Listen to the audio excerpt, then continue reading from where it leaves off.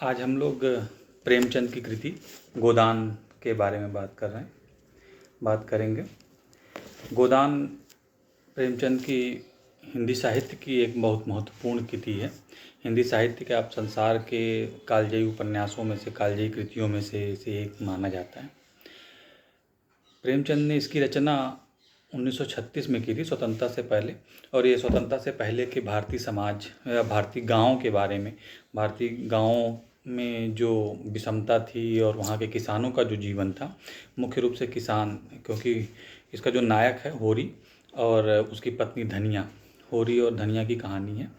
तो होरी के माध्यम से प्रेमचंद ने किसानों की पूरी आर्थिक सामाजिक व्यवस्था को और उनके उस समय फैले हुए शोषण तंत्र को उजागर करने का प्रयास किया है कि वो शोषण तंत्र किस तरह गांव से लेकर शहर तक पसरा हुआ था।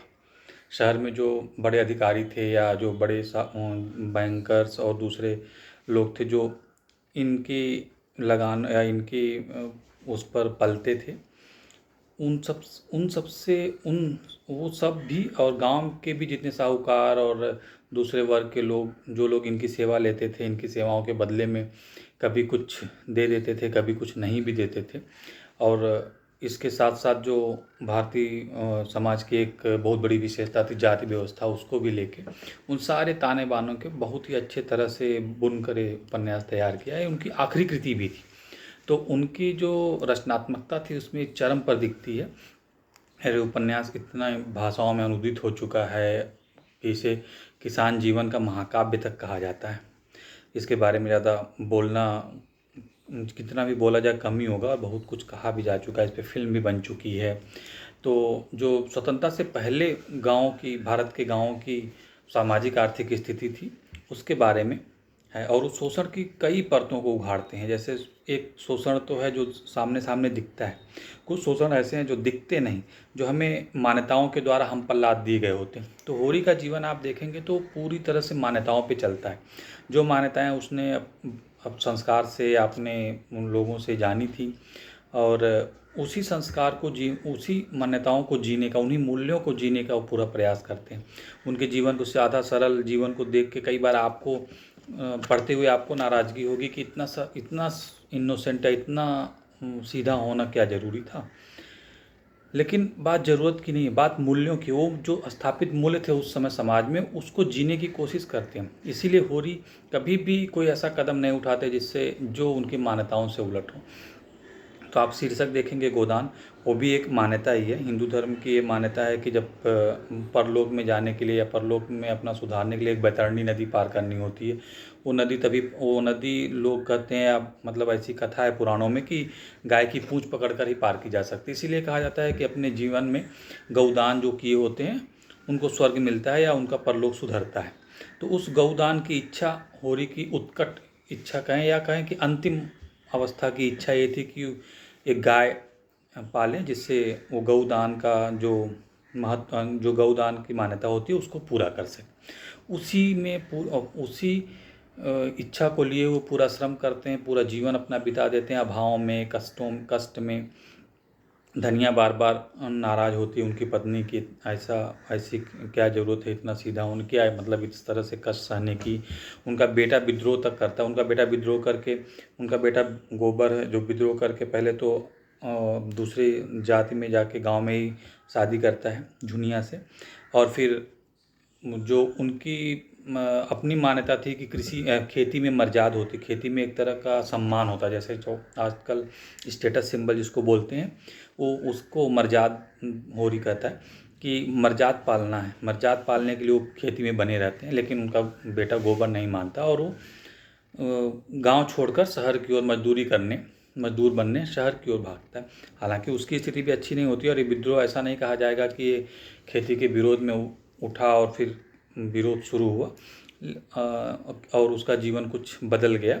लेकिन जो चलती हुई मान्यताएं थी, जो समाज में मूल्य थे पहले से स्थापित, उनमें दरार आने की, उनमें उसके टूटने की कुछ घटनाएं इस उपन्यास में भी दिखती हैं, जो बाद में दूसरे कृतियों में और ज़्यादा, मतलब प्रेमचंद की नहीं, दूसरे लोगों की साहित्य की कृतियों में या आज़ादी से कुछ समय पहले देखें जो जो कृतियाँ आई उसमें वो मूल्य और तेज़ी से बिखरते जा रहे हैं। नए मूल्य नहीं स्थापित हो पा रहे हैं, लेकिन वो जो पुराने मूल्य हैं वो बिखरते जा रहे हैं। तो ये उस स्थापित मूल्यों की भी कहानी है, साथ में उस बिखराव की शुरुआत या बीज रूप आप कह लें उसकी भी कहानी कहते हैं। उसको भी प्रेमचंद ने इसमें लिया है। तो एक तरह से संधि काल, मतलब ऐसा संधि काल जिसमें पुराने स्थापित मूल्य अभी टूटे नहीं। एक पीढ़ी है जो उसे मान रही है, पूरी तरह से मान रही है, उसमें कोई कसर नहीं छोड़े उसको अपना उन मूल्यों को अपनाने में। और एक दूसरी पीढ़ी है जो हिचकते हुए उसे तोड़ने की कोशिश कर रही है, गोबर वाली पीढ़ी। वो हिचकते हुए तोड़ने की कोशिश कर रही है। वो जाते हैं, उस पीढ़ी के बारे में बहुत कहानियाँ, बहुत कथा इस उपन्यास में नहीं है जिससे पता चल पाया कि वो कहाँ तक सफल होते हैं। लेकिन फिर भी गांव से शहर जाने की कहानी उसमें है। साथ में इसमें शहर की भी कुछ लोगों को जोड़ा गया है जो जमींदार के दोस्त होते हैं, उनके माध्यम से मालती हैं और दूसरे प्रोफेसर लोग हैं और एक दर्शन शास्त्री हैं जिनके माध्यम से दिखाया गया है कि शहर किस तरह से सपनों में जीता है। वो यथार्थ की बजाय स्वप्नदर्शी और विचारों की, उनके बीच में विचारों की टकराहट होती है और बैठ के वो घंटों विमर्श में लगे रहते हैं। कुछ रचनात्मक करने की बजाय सिर्फ बहस और चर्चा उनका केंद्र होती है। इसके माध्यम से प्रेमचंद ने ये भी दिखाया है कि जो वर्ग कर्मकार वर्ग पर आश्रित होता है वो किस तरह से अपना समय व्यतीत करता है। अगर हम कहें कि होरी की कहानी पढ़ते हुए आप एक बार इस तरह से देखें, मान्यताओं के खांचे में रख के देखें कि वो किस तरह से मान्यताओं में, जैसे मकड़ी होती, मकड़ी अपने अंदर से जाला निकालती है और अपना जाला तैयार करती है, फिर उसी जाले में अपना जीवन बिता देती है। तो मान्यताएं भी आदमी अपने आप से बनाता है, अपने आप से तैयार करता है या संस्कार में मिलते हैं उसको मान्यता है। उस मान्यताओं को तोड़ नहीं पाता जीवन भर और उसी मान्यताओं में घूमते हुए अपना जीवन बिता देता है। तो एक नई दृष्टि से भी आप गोदान को पढ़ सकते हैं। और कहानी भले ही पहले की, लेकिन ये मनुष्य के मूल्यों की, मनुष्य के मन की, उसके अंदर चलने वाले द्वंद्व की कहानी है। तो इससे प्रासंगिक भी है और हमेशा प्रासंगिक बनी रहेगी, इसीलिए इस संसार की कुछ कालजयी कृतियों में शामिल की गई है। तो पढ़िए। धन्यवाद।